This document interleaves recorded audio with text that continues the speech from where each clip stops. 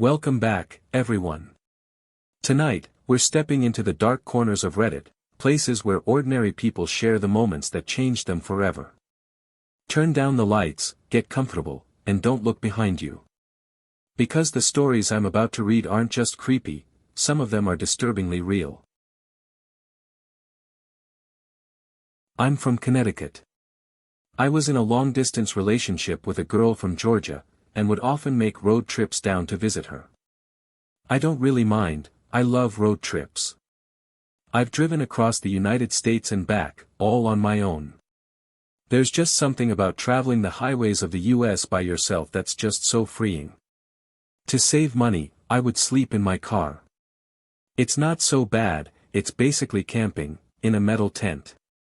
Makes you feel like you're really roughing it.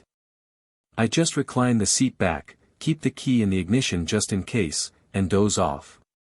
No, I don't put anything up to block the windows for privacy. Maybe I should have. The trip down south is a comfortable 2-day drive. My stop would usually be somewhere along the Virginia-North Carolina border. So, for my previous trip, that's exactly where I stopped that night.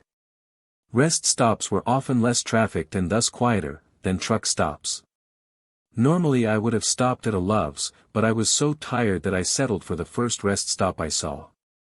It was oddly vacant that night, with only a couple lone cars sitting forlorn under the amber street lamps. Most likely travelers with the same idea as myself. I pulled into a parking spot away from the others, under the shadow of a tree and far from the street lamps. I figured I would have more privacy there as opposed to being bathed in light. So, I did my usual thing, locked my doors, opened the window just a hair for ventilation, kept my key in, reclined the seat, and went to sleep. I was never interrupted on any of these car camping nights. So I never suspected anything on this one. Then a sharp tap woke me up. At first, I thought I had heard it in my dream. I opened my eyes, a bit confused. Since I was leaned back, I was facing the ceiling and couldn't see anything. I hear another tap. Like a tiny object hitting a hard surface. It came in an irregular rhythm. Was it raining? Was water dripping onto my windshield? I'm under a tree, maybe. Something fell from the branches. Maybe a squirrel or a bird was dropped something. What if a squirrel was climbing around my car? Or what if it wasn't an animal? The thought occurred to me that it might very well be a person poking around outside. What did they want? Were the doors locked? Yes. The keys were in the ignition, I can leave in an instant. Still, I lay there, completely still, pretending to be asleep. Pretending I hadn't heard anything. Hoping whoever it was, they would leave me alone. It was better to not find out. I was too afraid to find out. It was better to stay here in blissful ignorance. Still the tapping continued. I had to do something. There was no way I was just going to stay there. I had to look. My heart was pounding. In that moment it was deafeningly loud. Whoever was out there could probably hear it. I decided. I was going to look. I was going to raise my head up and see what was making the noise. So that's what I did. What met my eyes sent a jolt through entire body. Every muscle fiber locked up in pure shock at what I saw. The faint glow of the street lamps cast just enough light for me to make out what I was looking at. There in the windshield, staring directly at me, was a face. Someone, I presumed to be a woman, was lying on my hood, her face pressed right up against my windshield. Her face was completely still, locked in a permanent grin. I froze in overwhelming terror. The eyes I stared into appeared to have rolled back, showing only the whites. The nose was turned up, pressed painfully into the glass. The lips stretched wide, revealing horrid rotten teeth. Even in the darkness, I could tell her skin was sickly pale, contrasting her long, filthy black hair. Whoever this was, she was clearly not in her right mind. I don't know how long I sat there, too afraid to move. Finally, I got a grip on myself and shot my hand to the ignition. It turned over, making, in that instant, the most beautiful sound I ever heard. For a split second, I was afraid I might be caught in a horror movie scenario, the one where the car won't crank as the killer approaches. I reversed as fast as I could, trying not to give this creeper time to try anything. In my panic, I remember activating the windshield wipers in a futile attempt to get her off. I thought, was I about to drive out of here with some wacko holding onto my hood?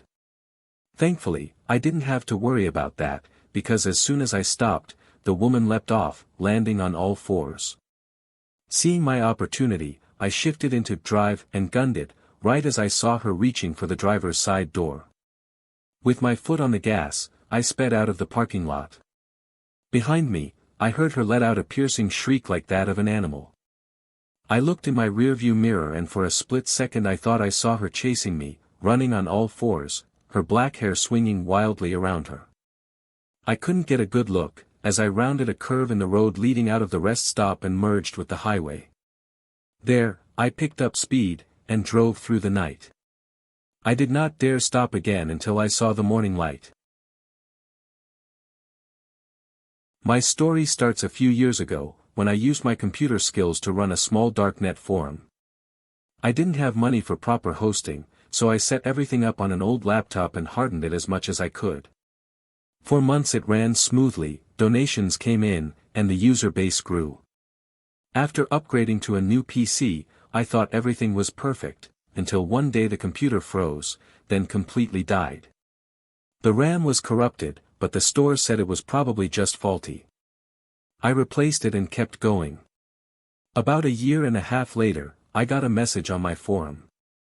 It had all my personal info, my name, address, bank details, passwords, everything. Before I could react, I got a text. "I know everything about you." Then a phone call. "Send me 2 Bitcoin or things get worse." Panicking, I paid him. Minutes later, he called again. "Thank you. But someone I know really likes you." That night, around 2 a.m., there was banging at my door. When I looked outside, a car sped off. On the floor was an envelope.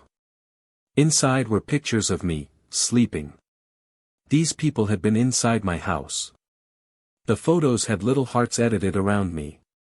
I went to the police, but they said there wasn't much they could do. Terrified, I wiped all my devices and stayed with my friend Marcus.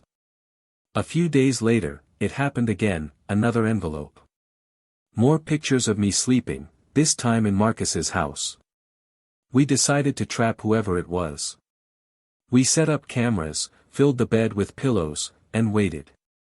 Hours later, the front door lock rattled. Someone went straight into the room, and we slammed the door shut and barricaded it. When the police arrived, the person inside took out a gun, held up a sign that said, "I love you," and shot themselves. We were taken in for questioning. A detective came in, put photos on the table, and asked if I knew her. I didn't. He explained that the stalker was a woman who had been watching me for over a year. They found a shrine to me in her home, pictures from my gym, restaurants, everywhere. She had planned to drug and kidnap me. They even found a handmade bed with locks built into it. I was told I was lucky to be alive. I haven't touched the dark web since. I was driving from Denver, Colorado to Albuquerque, New Mexico by myself to visit my father. I enjoyed driving at night since it wasn't as hot, there were fewer police, and there was less traffic.